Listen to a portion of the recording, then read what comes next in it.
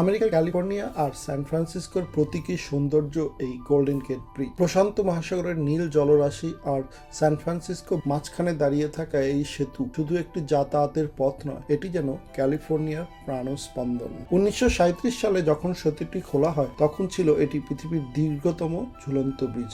সেই সময় প্রকৌশলীরা অসম্ভবকে সম্ভব করেছিলেন, আর আজও এটি মানুষের উদ্ভাবনী শক্তি ও সাহসের প্রতীক হয়ে দাঁড়িয়ে আছে। এই সেতুটির দৈর্ঘ্য প্রায় 2 মাইল, আর টাওয়ারগুলো সমুদ্রের বুক চিরে মাথা তুলে আকাশ যেন ছুঁতে চায়। আইকনিক কমলা আর লাল রঙের জন্য দূর থেকেও এটিকে সহজেই দেখা যায়।